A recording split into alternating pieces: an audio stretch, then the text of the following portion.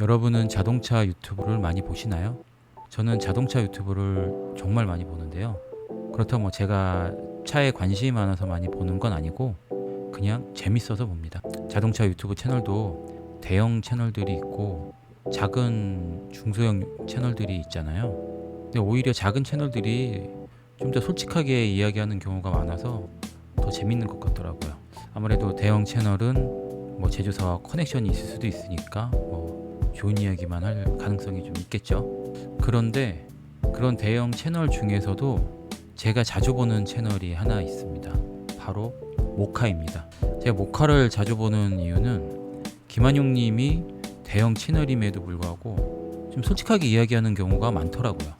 그런데 제가 감히 이분에 대해서 말씀을 드리자면 감히 말씀을 드리자면 상당히 논리적이세요. 제가 최근에 플로우스 관련 영상을 봤거든요. 그 영상을 보면 제가 가장 놀랐던 부분은 김한용 님이 소프트웨어를 바라보는 관점이었어요. 플로우스 이야기를 하시면서 결국 하드웨어 성능이 충분해야 한다는 그런 이야기를 하셨거든요.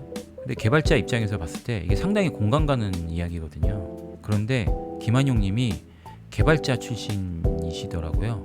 그래서 그렇게 논리적이셨나? 네, 다시 돌아와서 김한용 님이 영상에서 그런 말씀을 하셨어요. 플레어스가 원활하게 동작을 하려면 하드웨어가 어느 정도 여유가 있어야 된다. 지금 이렇게 소프트웨어가 잘 돌아가지만 지금의 소프트웨어가 돌아갈 수 있는 정도의 하드웨어보다는 더 차고 넘쳐야 한다라고 하셨거든요. 근데 개발자 입장에서 봤을 때 왜 하드웨어가 더 차고 넘쳐야 하냐면요.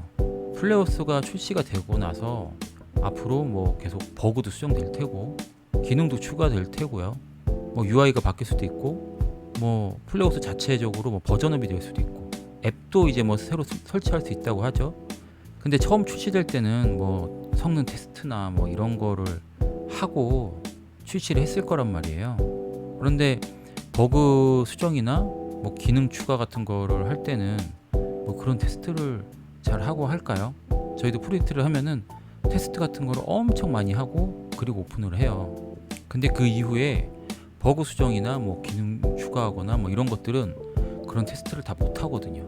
하더라도 그냥 적당한 선에서 테스트를 하고 다 배포를 한단 말이에요. 뭐 제가 현대기아의 뭐 내막은 모르겠지만 현대기아가 뭐 소프트웨어 회사는 아니잖아요. 그렇기 때문에 애프터마켓의 앱을 거기 출시할 때도 어느 정도 테스트를 하고 승인이 나서 출시가 되는지 소프트웨어 회사가 아니기 때문에 저는 이런 것도 인력 문제로 쉽지 않을 거라고 생각은 하거든요. 뭐 애플이나 뭐 안드로이드처럼 뭐 다 일일이 검수하고 승인이 나진 않을 거라고 생각을 해요. 뭐 어느 정도 시스템은 갖춰져 있겠지만요. 근데 이거는 현대기아뿐만이 아니라 어느 회사든 다 이런 문제는 있을 거라고 생각을 해요. 그런데 개발자들은 알거든요. 그래서 처음 출시될 때는 뭐 잘 돌아가겠죠. 근데 몇 년 뒤에는 뭐 또 다른 문제거든요. 그때도 잘 돌아갈까? 하드웨어에 여유가 없으면 잘 돌아갈까? 이거는 또 다른 문제라고 생각을 해요. 그래서 개발자들의 입장에서 봤을 때는 항상 자원은 여유가 있어야 한다라고 생각은 합니다. 하지만 뭐 그런 것들이 다 결국 원가 절감의 문제이기 때문에 뭐 쉬운 건 아니겠죠. 예를 들면 아이폰 12 정도의 성능이 필요한 시스템이라면 아이폰 12 수준의 하드웨어를 넣는 게 아니라 아이폰 16 정도의 하드웨어를 갖추어야 한다는 거예요. 그런데 김한용 님이 이런 지식을 가지고 계시다는 게 저는 확실히 개발자스럽다고 느꼈습니다. 그런데 또 제가 또 한 가지 놀라운 거는 사실 개발자들은 기술적인 건 잘 알 수도 있어요.